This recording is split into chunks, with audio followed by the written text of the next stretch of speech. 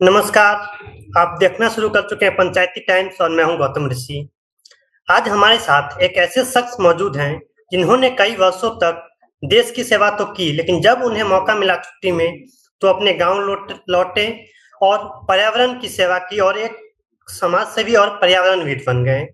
आज हमारे साथ बातचीत करने के लिए पर्यावरण दिवस के अवसर पर अजीत फौजी मौजूद हैं। स्वागत है सर आपका पंचायती टाइम्स पे। Thank you so much. सबसे पहले जय हिंद आपको, देखने वाले सभी दर्शकों को, आपके चैनल को हम सबकी तरफ से बहुत बहुत शुभकामनाएं। जय हिंद सर आपको भी। सर, सबसे प्रथम प्रश्न है कि आप अपने जर्नी के बारे में, अपने बारे में हमें पहले बता दीजिए, फिर हम आगे की बातचीत शुरू करेंगे। बिल्कुल, मैं जो आता हूँ कंबाइंड फैमिली से हूँ और हमारा फैमिली बैकग्राउंड भी डिफेंस का है और मैं सेकेंड जनरेशन हूँ जो देश सेवा में हूँ। तो देश सेवा के लिए सबसे पहले जो मुझे प्रेरणा मिली वो मेरे खुद के फैमिली से मिली। मेरे फैमिली में टोटल 8 आदमी है जो आर्मी में है और जिसमें मैं 5वें नंबर पे आता हूँ। तो जो देश सेवा का जो इंस्पायरेशन मिला मुझे अपने खुद के फैमिली से मिला कि हमारे जो भी आगे के जनरेशन कर रहे हैं उसी के अकॉर्डिंग हमें देश सेवा करना चाहिए और यहाँ से इंस्पायर होकर मैं देश सेवा के लिए अपने आप को तैयार किया और देश सेवा के लिए मैं गया। तो हमारा अगला प्रश्न है कि आपने जब भी आपको मौका मिला, छुट्टी मिली, तो आप अपने गांव आए और कई हजारों पौधे के लगाने का कार्य शुरू किया। तो इसका मकसद कैसे आया, ये प्रेरणा कहाँ से आई कि चलो, क्योंकि काफी हेक्टिक जॉब होता है सेना का, वहां से छुट्टी में आते हैं लोग, रिलैक्स करते हैं, अपने फैमिली के साथ समय बिताते हैं, कहीं और जगह घूमने जाते हैं, लेकिन आपने इस चीजों को चुना, तो इसके बारे में आप बताइए। बिल्कुल, आराम जरूरी है लेकिन ज्यादा आराम हराम है। तो इस चीज को कहीं देखते हुए सरकार हमें जो भी छुट्टी देती है तो सरकार तो इसीलिए छुट्टी देती है क्योंकि वहां हम कंटिन्यू काम कर रहे होते हैं। कभी कभी ऐसा हालात होता है कि 24 घंटा भी काम करना पड़ता है, तो इसीलिए सरकार हमें छुट्टी देती है कि इतना साल में समय है जो आप अपने फैमिली बच्चों के साथ देंगे और रेस्ट करेंगे। तो मैं सोचा कि इस पार्ट टाइम को कहीं ऐसे जगह यूज किया जाए जो हमारी पर्यावरण और परिवार समाज के प्रति जो जिम्मेदारी है मैं उसको भी निभा सकूं। इस चीज को मद्देनजर रखते हुए मैंने प्लांटेशन के फील्ड में काम किया। पूरे पारिवारिक मतलब सहयोग से, पेरेंट्स के सहयोग से, मेरा छोटा भाई सुजीत फौजी के सहयोग से हमने प्लांटेशन के फील्ड में कदम रखा और इसमें ग्रामीणों का भी बहुत सहयोग रहा। छोटे छोटे हर मुद्दे पे ग्रामीणों भी बहुत सहयोग किया। मैंने सारा जितना भी काम किया हुआ है पौंड का और प्लांटेशन का, ये सब मैंने जमीन खरीद के किया है। तो इसीलिए लगभग मुझे इस काम में 10 साल समय लग गया, लेकिन इस कोशिश को मैं निरंतर जारी रखा और इसमें टोटल लगभग मैंने पिछले 2015 से लेके अभी तक, बीच में कोविड भी आया, फिर भी मैंने काम नहीं रुकने दिया। लगभग हमने 5000 पेड़ लगाए हैं जिसमें 500 से ज्यादा आम के पेड़ है और 4500 से ज्यादा महोगनी के पेड़ है। तो इन सबको देखभाल भी करना और इन सबको समय समय पे मेंटेनेंस करना, ये सब बहुत सारे ऐसे काम है जो मैं निरंतर करता आ रहा हूँ। समाज के लोग भी देख के अब बहुत अप्रिशिएट हुए हैं और इससे सबक ले रहे हैं। अपने अपने जगह पे जहाँ पॉसिबल हो सकता है वो लोग कर रहे हैं और एक समझता हूँ कि कहीं ना कहीं हमारी समाज के लिए और पर्यावरण के लिए एक अच्छा कदम है। जिनको भी पॉसिबल हो, संभव है, हर लोगों को करना चाहिए। और इतने बड़े क्षेत्र में हजारों पौधे जो आपने लगाए, तो इनकी देख रेख के लिए क्या सहयोग मिलता है आपको गांव के लोगों की तरफ से? कैसे उसको आप मैनेज कर रहे हैं? गांव के लोग से मतलब हर तरह की, जैसे इसमें गांव के जो मतलब गांव में जो भी अवेलेबल होता है कंपोस्ट के तौर पे वो हमें मिल जाता है सब लोग के सहयोग से। और देख रेख में मेरे पिताजी हैं घर पे जो उनका पूर्ण इस पे देख रेख में सहयोग है, तो पिताजी देख रेख की पूरी जिम्मेवारी निभा रहे हैं। बाकी जो करना मेन है वो समय समय पे हम इसको करते रहते हैं और आगे भी 5-6 आज के डेट में कंप्लीट हो चुका है और आगे भी प्लांटेशन जारी रहेगा। ये कार्य अनवरत जारी रहेगा अभी? बिल्कुल बिल्कुल बिल्कुल। ये पर्यावरण को सुरक्षा के लिए ये पेड़ एक ऐसा चीज है जो हमसे ज्यादा कुछ नहीं लेती है। हम एक बार लगाएं इसको और समय पे थोड़ा देख रेख करते रहें तो ये अपने यहाँ पे बड़ा हो जाता है, बदले हमें बहुत कुछ देता है। बिल्कुल। अब अगला सवाल है कि हाल ही में ऑपरेशन सिंदूर हुआ, उस पे सेना ने कार्रवाई की, चर्चा रही, तो इस पे आपका क्या व्यू है, और खासकर सीज फायर को लेकर? ओके ओके, खास तौर पे तो सबसे पहले जो पहलगाम में अटैक हुआ इसकी मैं कड़ी निंदा करता हूँ। ये पाकिस्तान का बहुत ही निंदनीय और कायराना हरकत था। जिस तरह से पहलगाम अटैक हुआ, हमारे सिविलियंस को टारगेट करके इस तरह से करना बहुत ही अपने आप में गलत बात है। इस पे विश्व समुदाय को भी कड़ी निंदा करनी चाहिए और कड़ा एक्शन पाकिस्तान के अगेंस्ट में लेना चाहिए था। इसको देख करके भारत सरकार ने जो ऑपरेशन सिंदूर लॉन्च किया, बहुत सब सही रहा, ठीक रहा, सेना ने बहुत अच्छी कार्रवाई की। इसमें जो सीज फायर है, सीज फायर को लेकर के सही बात क्या है, सरकार अभी तक जनता के बीच में नहीं लाना चाह रही है। जहां तक आपने देखा कि इसका जो है इमेज ले गया, इसका कहीं ना कहीं क्रेडिट ले गया जो हमारे यूएस अमेरिका। के प्रेसिडेंट हैं डोनाल्ड ट्रंप जी। तो ऐसा नहीं होना चाहिए था, ये हमारा आंतरिक मामला है। हम होते थे सीज फायर के लिए अनुमति प्रदान करने वाले, इसमें अमेरिका का कोई क्रेडिट नहीं बनता है। और जो सीज फायर, जहां तक मेरे जानकारी में है सेना की तरफ से, कि सीज फायर हमारे भारत और पाकिस्तान दोनों डीजीएमओ की पहल से किया गया, जिसमें पहला रिक्वेस्ट डीजीएमओ पाकिस्तान की तरफ से आया था, उन्होंने बोला था सीज फायर के लिए। तब हमारे भारतीय सेना के डीजीएमओ ने इस पे पहल करते हुए सीज फायर का परमिशन दिया। अगला सवाल है, आप बिहार से हैं, बिहार में कुछ ही महीनों बाद विधानसभा चुनाव होने वाले हैं, तो वहाँ के विकास के बारे में आप बताइए, बिहार के विकास के बारे में, और क्या मुद्दे हैं जनता के बीच? बिहार में विकास की बात करें तो बिहार में विकास नाम का कुछ नहीं है। नीतीश कुमार जी की जितनी योजनाएं हैं, 7 निश्चय हो चाहे 14 निश्चय हो, सबका दिवालिया निकल चुका है।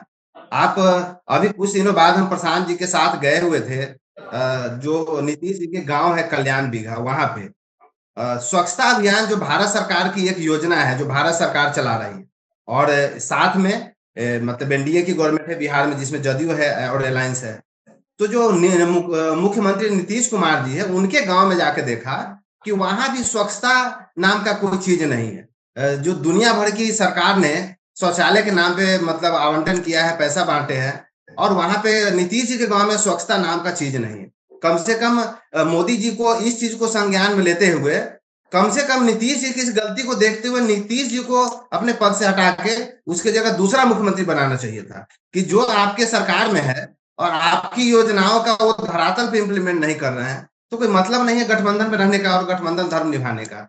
और विकास की बात करें तो बार बार आप सुनेंगे कि बोलते हैं कि बिहार में डबल इंजन की सरकार है, डबल इंजन की सरकार है। ये डबल इंजन की सरकार सिर्फ भोंपू बजाने के लिए, विकास में कहीं डबल इंजन जैसा कुछ नहीं दिख रहा है। तो इसीलिए विकास नाम का कुछ नहीं है, और इस बार जनता इसको आड़े हाथ ले रही है। और जहां तक मुख्यमंत्री नीतीश जी का सवाल है, तो अभी तो ये आजकल मेंटली भी मतलब हो चुके हैं, डिस्टर्ब हो चुके हैं। इनकी हरकतें देखिए, इनके मंच पे देखिए, इनके महिलाओं के साथ व्यवहार देखिए, चाहे विधानसभा में इनका वार्तालाप देखिए, कहीं कोई जमीनी हकीकत, डिसिप्लिन नाम का कोई चीज नहीं दिख रहा है। जो राज्य के इतने बड़े पद पे है, उनकी गरिमा का कोई मतलब नहीं, कुछ भी बोल जाते हैं, कुछ भी कर जाते हैं। तो निश्चित तौर पे ये मुख्यमंत्री बनने लायक नहीं है, कि अभी तक बने हैं, बनने लायक नहीं है, पद पे बने रहने लायक नहीं है। तो इन पे जरूर कहीं ना कहीं केंद्र सरकार को संज्ञान लेना चाहिए।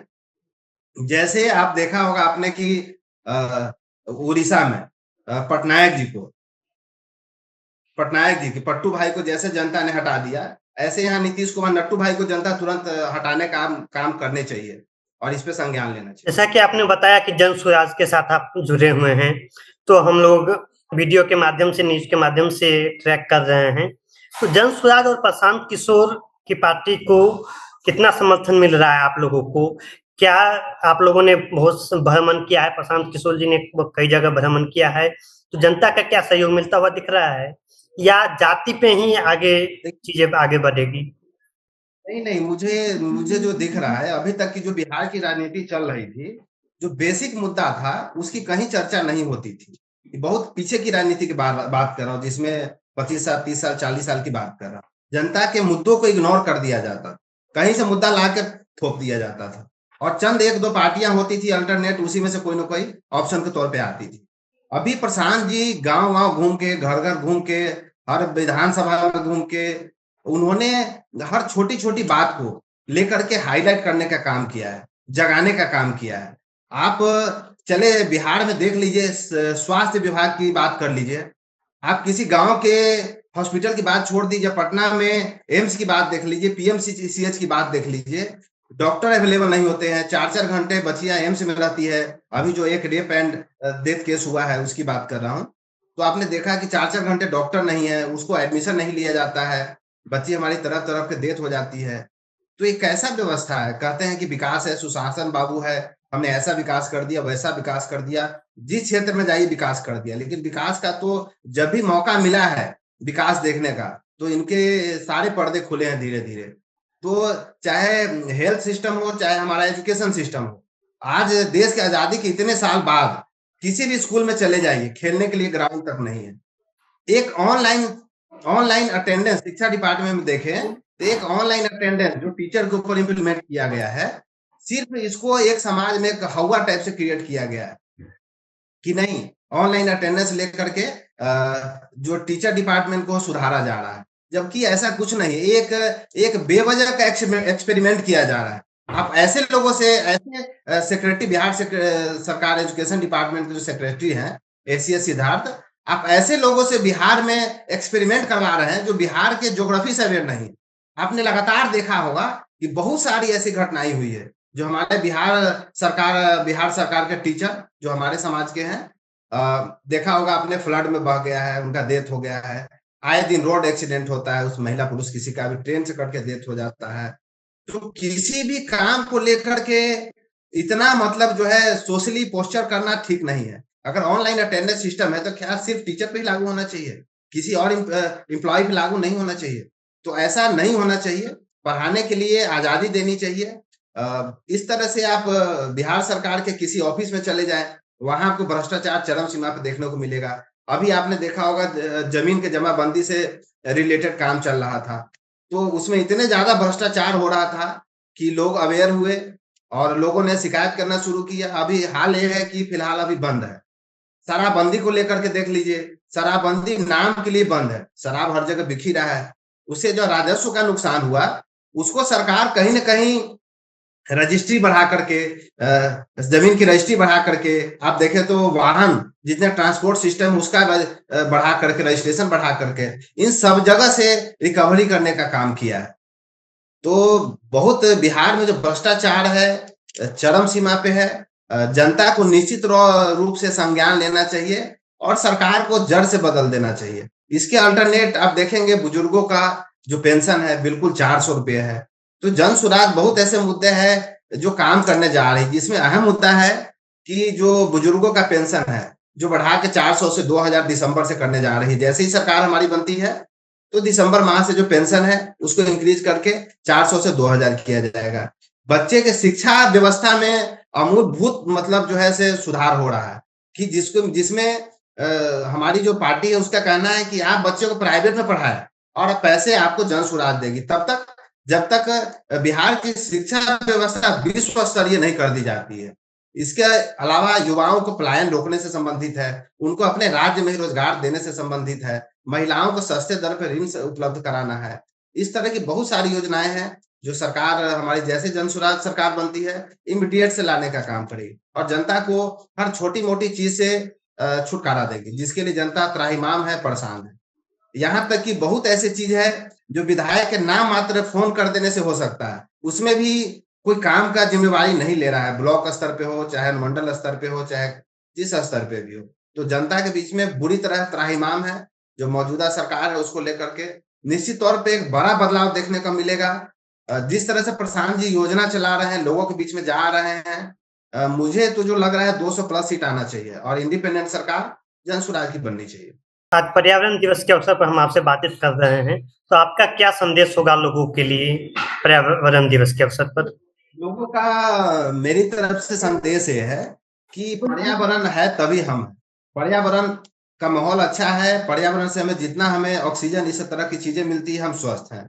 तो हर आदमी को अपने जीवन में जितना संभव हो सकता है पेड़ लगाना चाहिए, देख-रेख करना चाहिए और आने वाली पीढ़ी के लिए हम एक अच्छा माहौल बना के दें ताकि हमारी आने वाली पीढ़ी भी अच्छे से सर्वाइव कर सके, अच्छा जीवन जी सके।